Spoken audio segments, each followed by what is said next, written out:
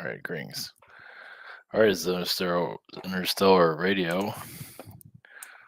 It is 15 minutes till midnight of your host. We just did a webinar a couple hours ago. And here we are of some galactic connections, awakenings, realities. So connected to Pleiadian Fractal Wars, Attack on Mars, and Shapeshifter Alliance. So all that found me. I wasn't looking for it.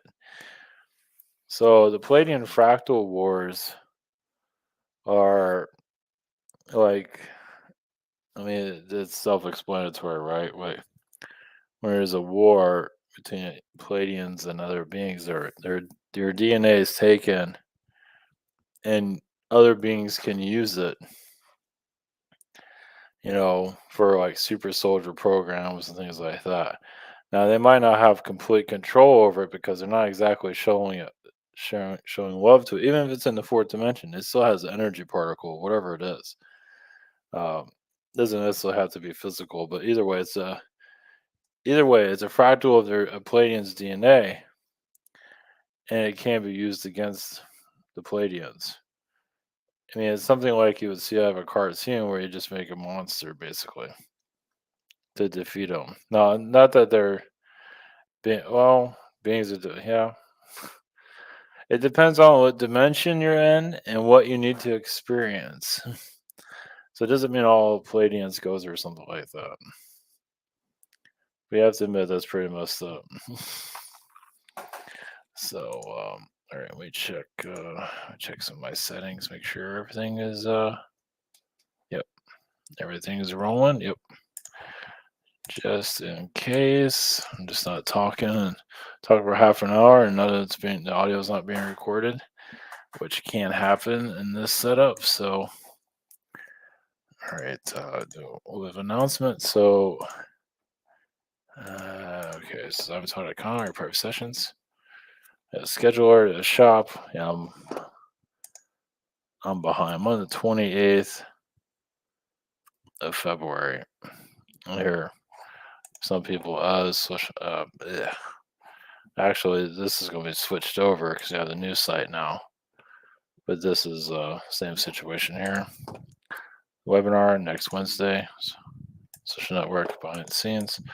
I also have a dating site, and this is a new site that was posted here. Did a little short video on it. If anybody ever understands how to use it, basically you can post your services if you like to. Something different, or you don't have to. I guess many are not interested in it, but in the long term, it could be helpful. But anyway, it's like pulling teeth to get anything out there. So, and of course, people are shy too, which is understandable. So, yeah, if I was a new ager, my world would be a lot different right now. It's like going to big church. Pearly white teeth, white hair, or something like that, wearing a suit every day. Talking to the stars every couple minutes. The grass is always greener. But instead, here we are. So, yeah, Palladian energy. So, through now, Palladians, I mean, I don't know, it just feels like they need to get it off their back. Let's put it that way.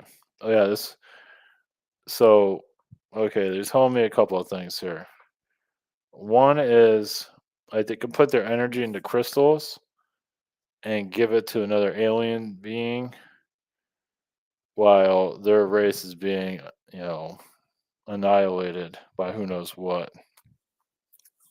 I mean, of course, that's what we call them, Palladian, but they're called all kinds of things. They're not even probably even called Palladian. Yeah, obviously. I mean, they probably are. It's just for us to, it's just for us to identify them. Uh, But yeah, a lot of the Pleiadian races have been wiped out for various reasons. Even they've lost. They don't have much else to contribute to the universe. There's all those type of reasons behind it. But I do feel that a lot of them did fail here on Earth, protecting us. Some of them got corrupted. I mean, I've heard about this, but I've also can feel it. I feel like the Pleiadians failed us. Not that we need to put blame on them. This is why you hear about them all the time. Because they got problems. Of course, you won't hear that from a lot of other beings or places. The Pleiadians are just perfect. Yeah, I'm sure they are. Yeah, I guess more anyway. More perfect can become more probably psychotic there. But either way, that's not where we're going. It's either way. So Sirius is always having problems. I mean, they get infiltrated by other beings like the Orions. Well, the thing is, Sirius is like they have all the cool stuff. They have their issues, but they also create a lot of advanced technologies and advanced worlds and all that. Arcturians do it too, but they're a little bit harder to manipulate. But the Syrians are at a different frequency, so they're a little bit similar to us, just at a higher frequency. So you can say they have worlds that are similar to Pluto, Uranus, things like that. But of course, Pluto gets annihilated. But either way, and I mean, Sirius feels like they want to keep all their problems in their deck of the woods. But some beings, like a Palladian being, can take those manipulations and bring them to our world and cause us chaos. Like with how how women are treated in the Arab world. They easily could have brought that from another world, and Anunnaki world, and just seeded that here to go against the feminine. To literally just see it as the villain, the enemy.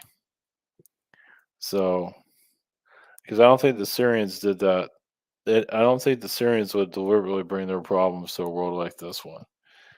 It feels like someone else was involved with Orions, but it feels like Palladians, trickster Palladian beings, cause a lot of difficulties here.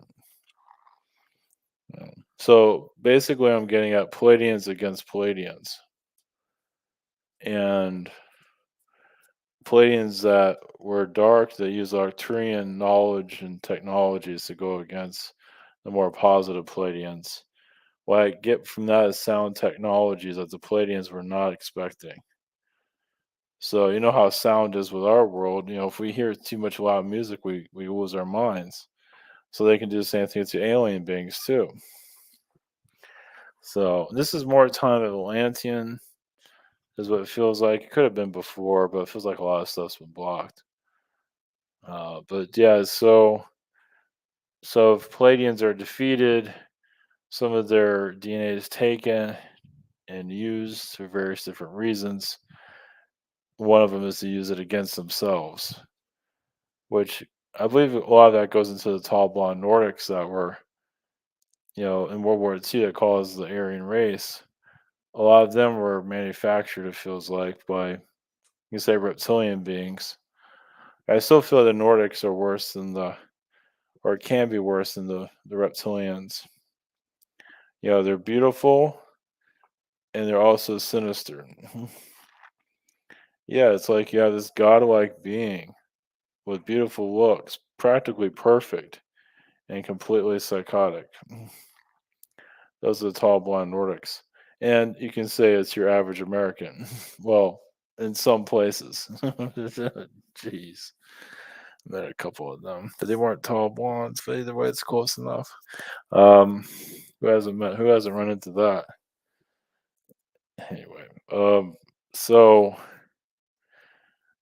yeah, just the Palladians also have structures here. They're not saying. I mean, you can connect with your own intuition, but it's all across the world. They're not really going into details.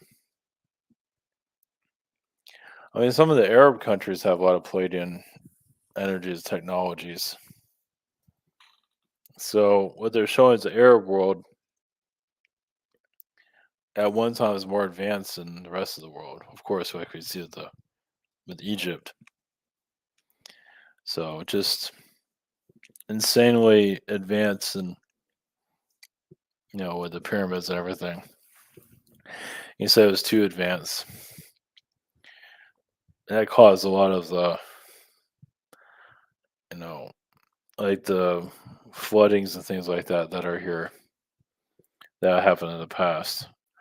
So a lot of the technology, advanced technologies, had to be buried and destroyed. So some of that caused some of the cataclysms in the past, like destroying the weapons. Some of them would explode and cause a lot of flooding and things like that in our world. Always has the energy I'm picking up from that. They're not saying where though. Well, one was the Bermuda Triangle. Yeah, weapons were destroyed there, and so all the Bermuda Triangle is kind of screwed up. Of course, you don't hear about planes being lost there or anything. Obviously, they know what they're doing, apparently, but I think it's still there. The portals, so where the Bermuda Triangle is, there was a lot of galactic wars. I do feel like there was a super weapon there at one time. I also feel like the Gulf of Mexico has a super weapon too at one time. Yeah. So it had the crystal energies of the weapons of Atlantis were enough to just. It's like, well, earthquake technology, because I get shake the world, but also shake the. I wouldn't say the skin up for your hair off of your. Not sure how they would do that, but either way, they can have, yeah, some kind of technology that can shake the hair off of you, or for your hair to fall out, basically. Yeah, using like sonic waves or something like that. At least that's what they're showing. So a lot of Palladian beings are sacrificed due to the war. So there's a lot of ghost aliens here. Most of them are in the Bermuda Triangle. I believe they're all over the place. I mean, it's technically it's a ghost world. Technically, depends on how you look at it. The attack on Mars. So as our world is being screwed up, you know, as we're losing our vibration, it feels like some of the Palladians that were losing their minds, attacked Mars for various different reasons, selfish reasons. Of course, a lot of them, the Palladians didn't survive, but it feels like a lot of the Martians were scarred during it too. A lot of that's in the Arab world. The Martian energies feels like a lot went to the Iraq area. That battle of the Palladians, at least that's the feeling I'm getting from that. So it's just that with every war, it's like a reset, and we forget. That's why I'm bringing it up. It's like it brings more amnesia to our planet with the alien war, and obviously there's galactic wars going on currently. So you say these wars are to keep us from remembering anything. So yeah, it's pretty sophisticated. Like, so we can't see the future. So yeah. So yeah, the attack on Mars. Mars was. I mean, Mars didn't do themselves any favor, but other beings were causing trouble. I do feel like a Palladian group. They wanted their knowledge and wanted their power. Yeah, they wanted to take over the Martians. Like defeating the Martians is a big deal. Did it work? No. Yeah, because the Martians are like one of the more powerful beings in the universe. One of them, and they're still around too. Obviously, they're here. Some of them are politicians. Jesse Ventura, if you know who that is, he's a Navy SEAL. He's a Martian being. Well, he has connections to reptilians too, but some is Mars. A snarky Martian. So yeah, just so think about you have a war planet like Mars that's pretty much undefeatable. Yeah, they use sound technology, they use everything. Chemical warfare, they don't care. And yeah. And when the Pleiadian race loses a war, they get bitter. And so they take it out on they can't take it on the Martians, they take it out on us. Because we lost our knowledge in the past, of course, where we just become more vulnerable to attacks. Um, I mean, of course, there are a lot of reptilians that try to protect us, but let's see. A lot happened in the core of the Earth. Earth's core became weakened. So some beings, alien beings, figured out the codes of Mother Earth, the light codes, how she protects the Earth. So Mother Earth has like a combination. So these beings here figured it out. How that works is unknown. But just like any, yeah, it's like they broke the safe, and the guard around the planet is what it shows her. Well, let's put it this way: they weakened her, and they try to take the planet for themselves. So, um, whatever, I believe they're trying to turn this into a reptilian planet. Get rid of the humans, make the humans slaves. Of course, that's been accomplished. Thank you, Netflix. Of course, they didn't have Netflix back in the past, but then again, you never know. You never know with knowledge these days. I mean, I think they found like a cell phone from the past, which I'm not surprised. I keep feeling they had air conditioning in the past. How you explain that is still unclear. Yeah, so yeah, but yeah, the Mother Earth. They're not really showing how that happened to Mother Earth, but either way, she got defractalized. She got weakened. So, in at least my experience, I feel like you can manifest. Mother Earth can Gaia, whatever you want to call her, can manifest herself. It is in a fourth dimension, and even physically. I mean, why not? She has no purpose in doing so, but she can do it. I don't think she's allowed to do it. I mean, she could do it, but it would take away from our lessons, is what she says. But she can easily do it. She can easily show up here as a physical being. But if other Earths appear, she can also manifest things very quickly. Not that she's becoming a narcissist or anything like that. She does it naturally with nature. Kind of like a godlike being, basically.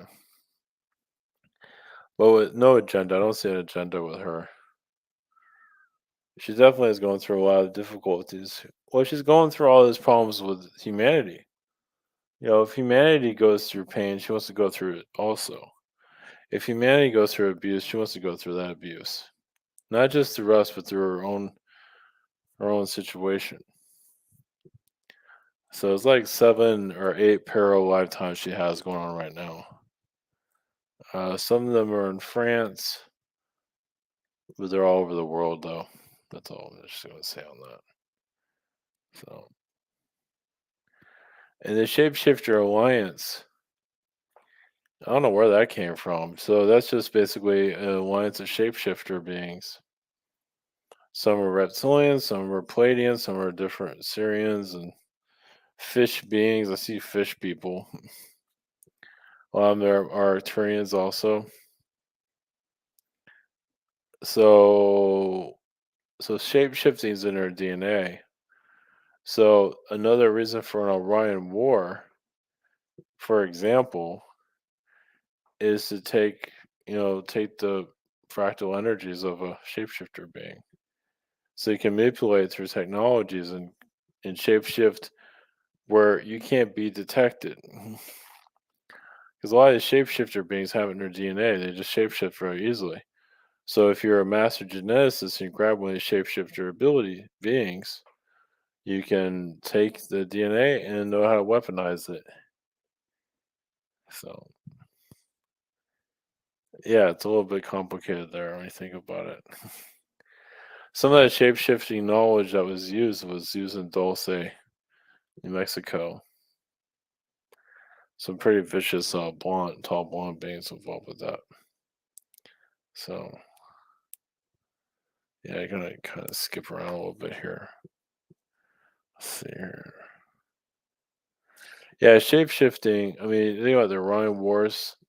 One of the reasons was shape-shifting abilities. Shapeshifters abusing it was like a spy network abusing their abilities.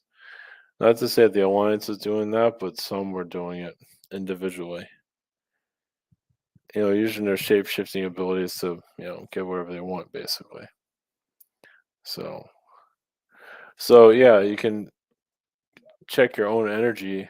You can say technically everybody's a shapeshifter, but some are like hardcore. And you can say that has to do with some of the transgender stuff that's going on too. It's like, oh, if I turn myself into a woman, I can turn myself back to a man, and I'm not sure if there's anybody really trying that to go back and forth. When you get bored of being a girl, you become a guy, and vice versa. I imagine that's definitely going on to some level here. Yeah, at least in our little bubble here. So Shapeshifter Alliance feels like it's around the Pleiades and protecting Mother Earth, but yeah, for various different reasons. So in the fourth dimension is like laws of shapeshifting and all that in certain places. Obviously, in our world, it's not allowed, or well, they do it anyway. Well, there's some levels where it's not allowed. Either way, it's complicated there. Long story. I feel like the Martians developed a lot of shape shifting technologies too. But they can program into their own DNA, which is interesting. Yeah, instead of having a device for you to shapeshift, they program their DNA using technology, but either way, and I believe it's been perfected obviously for all these years.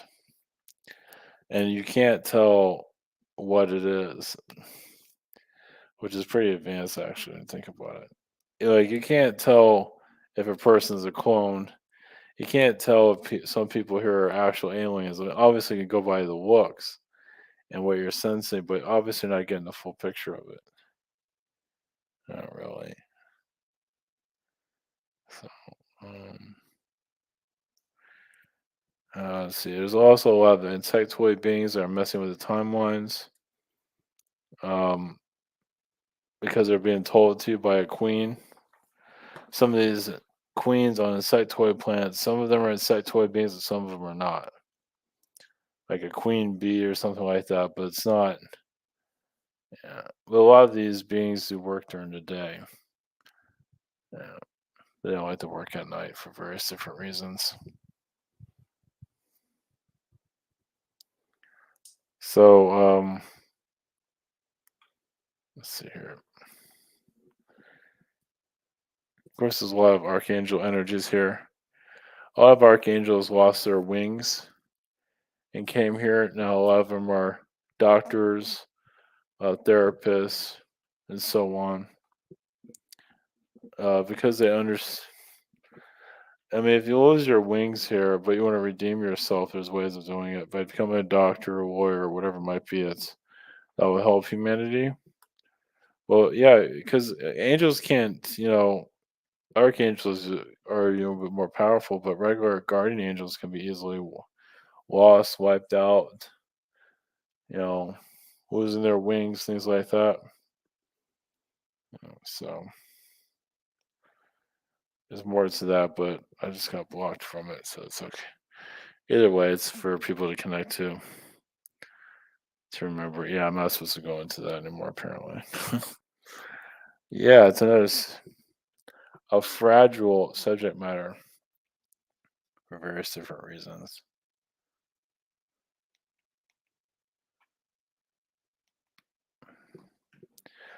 So the Pleiadian fractals, I mean, some people, if you're tuned in, you can feel the fractal energies, maybe in your own DNA. Like, were you a Pleiadian or a Syrian being or whatever that died in a war?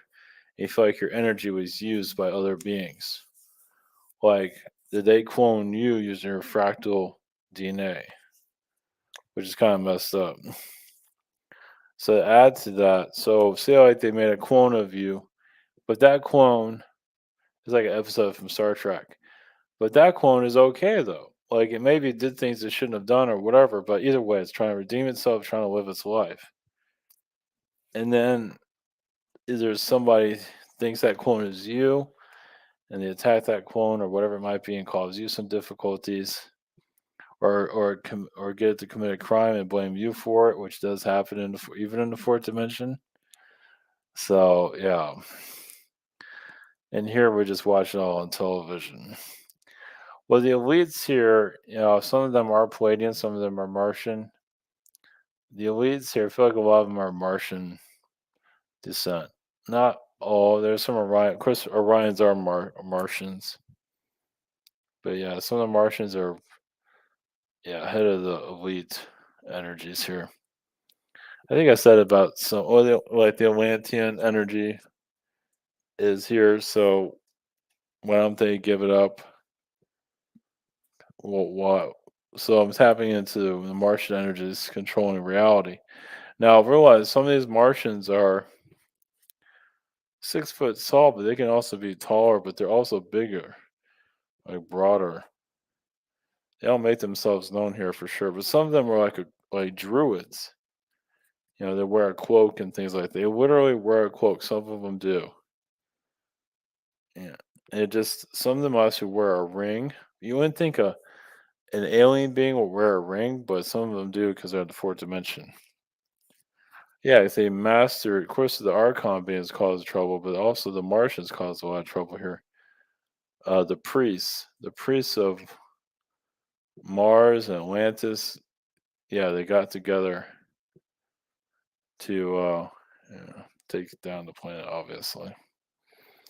Yeah, to manipulate the planet so it doesn't see where it's going. And humanity followed along for various different reasons.